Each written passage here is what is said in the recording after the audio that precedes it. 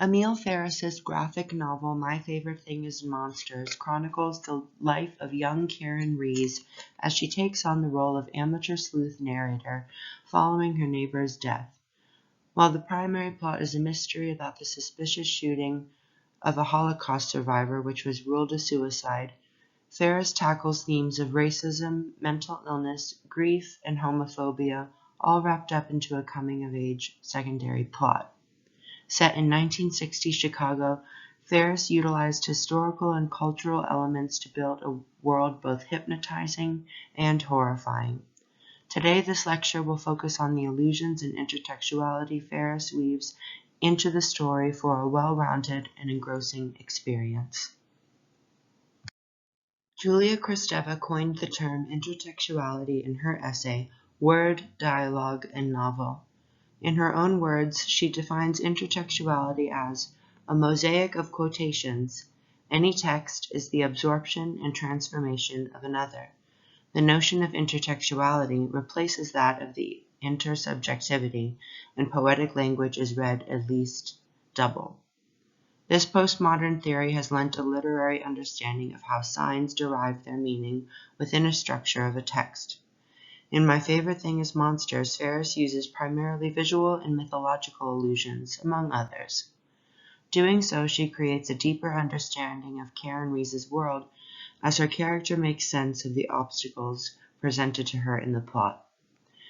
We as the readers get a close relationship with Karen, our protagonist, because the book is literally her spiral-bound notebook she writes and draws in. Ferris uses pulp magazines and creature feature movies of the 60s to not only set the mood and the period, but also characterize Karen and her friends. The structure of My Favorite Thing is Monsters is loosely sectioned by covers of magazines Karen is so fond of. For example, when Karen befriends Franklin, a fellow outcast in her school, the section where we explore his character is marked by the cover of Gory Stories' version of Frankenstein. The reasoning behind this is that Karen observes the scars on Franklin's face, and her internal dialogue reflects he really did look like he had been cut into pieces, and if all those pieces fell away, I got the idea that what was inside of him was a big ball of bright light. We learn that Karen's connection with monsters goes past simple interest in entertainment. To her, these creatures are immortal, and she identifies with being feared by society, like them. The opening scene of My Favorite Thing is Monsters details a recurring dream Karen has, which transforms her into a werewolf, and the citizens of Chicago attack her as a mob. Before Karen is woken by her mother, a man attempts to shoot her. She observes him and thinks, humans are afraid of death, and it makes them frantic. Because I'll be one of the undead when I grow up, I won't have to fear death. In a scene where Karen is exploring a cemetery, she talks to a ghost of a detective who is buried there. They come across a statue called the Eternal Silence. Legend has it that this statue allows you to see your death if you look it in the eyes. Karen hopes that her death will be from a monster bite. Explaining the reasoning behind wanting to become a true monster, she says, I figure it's like rock, paper, scissors. Silver, bullet, stake, fire beats monster. But monster always beats cancer. And my mom and Dee's and me will be a tribe of monsters, with our own lair and everything. This is Karen's defense against her mother's sickness, her brother's marginalization, and her own feelings of not fitting in. She wants to protect herself and her family from what she calls the mob, or the mean, the ordinary, and the boring. The reader learns early on that Karen is a gifted artist, a skill she learned from her brother Dee's. Their relationship sparks an understanding of famous art that becomes philosophical, even at a young age for Karen. How she comes to understand her brother is through a painting called St. George Killing the Dragon. She recognizes Dee's many facets of his character in each subject of the painting, the knight, the princess, and even the dragon itself. As she attempts to solve the mystery of her upstairs neighbor Anka's death, she questions what the dragon is hiding in the cave of the painting. This is the reader's first exposure to Karen's imagination as she literally climbs into the painting and enters the cave. It is here that she finds her brother at the age of 8 in a very distressed state. He tells her he did something terrible. Anka Silverberg is a Holocaust survivor whose mysterious death sparks suspicion in Karen, who lives in the apartment below. Because all her doors were locked in her apartment and she was alone at the time of her death, police brushed aside the fact that the gun was on the other side of the room and ruled her death a suicide. The day of her death, Karen takes notice Anka does not greet her as she usually does before she leaves for school. The scene is where Ferris begins to use visual art as a way of catalyzing Karen's understanding of the mystery, which makes up one of the several plot lines of the story. Of Anka's absence, Karen thinks, "She reminds me of this freaky painting in the museum." Not that Anka looked or acted like the Magdalene holding the skull in her lap. No, it was something about the darkness, the shadows that hung heavy above them both. Karen confronts Anka's husband about her death, to which he allows her to listen to a taped interview where she speaks of her childhood. We learn that she was trafficked and is eventually rescued from a concentration camp. With the context of her backstory, Karen returns to the painting of the Temptation of the Magdalene. She recalls the smell and seeing the shadows of the basement in her apartment and how they reminded her of this painting. I should mention that this seeing, smelling thing happens a lot to me. I've learned to pay attention to it. I sense that there is something else in that painting I need to see, something I've forgotten, a clue. It is in the foreground of this painting that she notices something else, a different subject. Again, Karen enters the painting and confronts the hidden subject in hopes to find a clue. She meets a demon and asks it if a demon is what killed Anka. He returns that she already knows who killed her, suggesting Dee's or even her own mother. Karen escapes after the demon suggests she follows him to hell to find out the mystery. This is one of many times Ferris utilizes aspects of the hero's journey in My Favorite Thing is Monsters. The descent into the underworld, particularly in the form of Karen's exploration of the paintings she views, is a recurring trope in the story.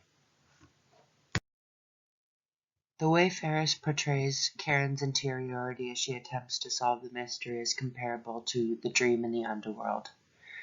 In James Hillman's Jungian approach to the psyche and dream interpretation, the dream is a space like the conquest of the hero's journey. Entering the underworld is like entering the mode of reflection, mirroring, which suggests that we may enter the underworld by means of reflection. It is less determinedly introspective, like a heroic descent into the underworld to see what's going on there. Hellman's idea of the psyche as the underworld as that of classical mythos is similar to Karen's exploration of the paintings in the Chicago Museum. As she associates the characters in the books with the figures and subjects of the paintings, she can make theories based off of this exploration. Early on, the reader is aware of Dee's and Anka's complex yet intimate relationship. When Dees is reluctant to explain to Karen how he feels for Anka when he is sober, there are multiple scenes where Karen walks in on them being intimate, flashback to before her death. Following the assassination of Dr. Martin Luther King, Dees becomes intoxicated. It is in this scene where he tells Karen that he has shot someone. It is implied that this someone is Anka. The context of this scene is strange, as Dees and Karen are locked in Dees's room, and Dees is supposed to be punishing Karen by giving her a beating. The scene ends with Mrs. Rees coming in, apologizing for having Karen being punished. The mythological allusions in My Favorite Thing is Monsters is most apparent in Anka's taped interview of her childhood. When Anka's mother is abusive in the brothel where they live, she turns to Sonia, the cook. When Sonia tells her the stories, Anka recalls the brothel was transformed into Mount Olympus, and when cruel Zeus rose from the ground like a giant mist and strode through the garden, Sonia would beg me to hold still as a rock so that Zeus wouldn't see me and take fancy to me. This level of escapism Anka had in Sonia's stories had a profound effect on her. The plotline of the hero's journey is seen throughout in both Anka's character arc in the form of flashback and in Karen's understanding of the mystery of Anka's death.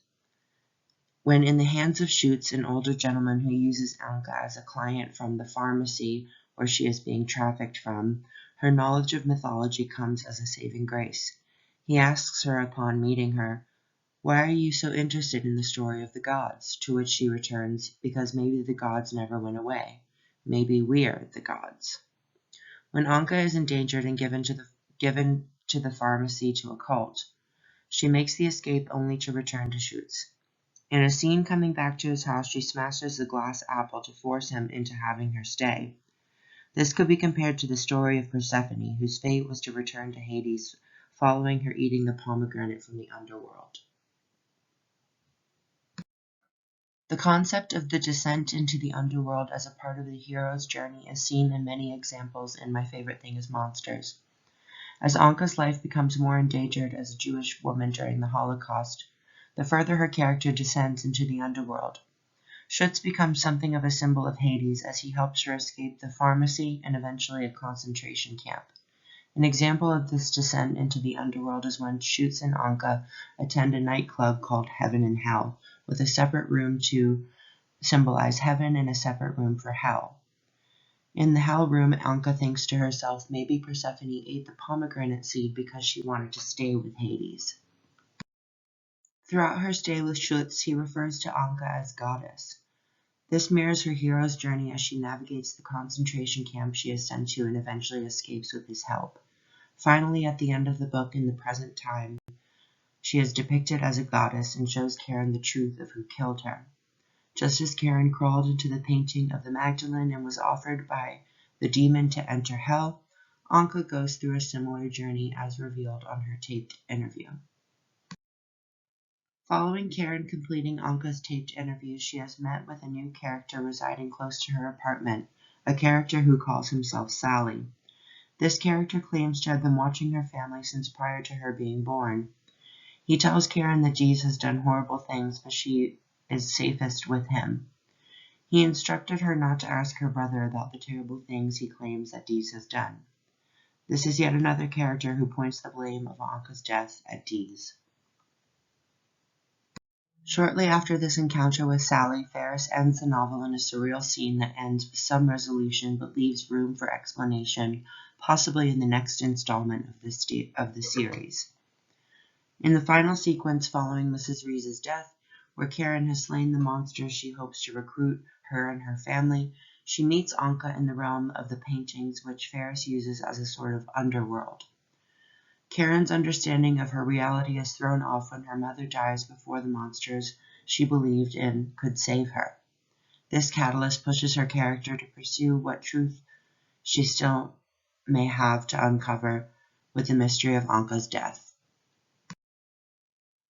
In this sequence, Karen discovers Anka, who tells her to look through her view mistress, a lens attached to where her bullet hole entered. It is here that the reader uncovers the truth. Although what resolution Ferris gives in the last pages is direct, there is something of a cliffhanger. The return to order aspect of the mystery is left apparently for the upcoming sequel to resolve.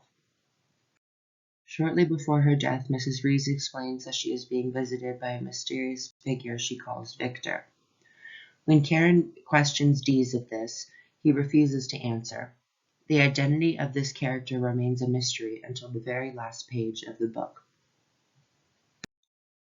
Karen finally reaches the Green Island at the end of this scene. A sanctuary she created in her interiority, the Green Island is a place on her mother's cornea where her eye color is green.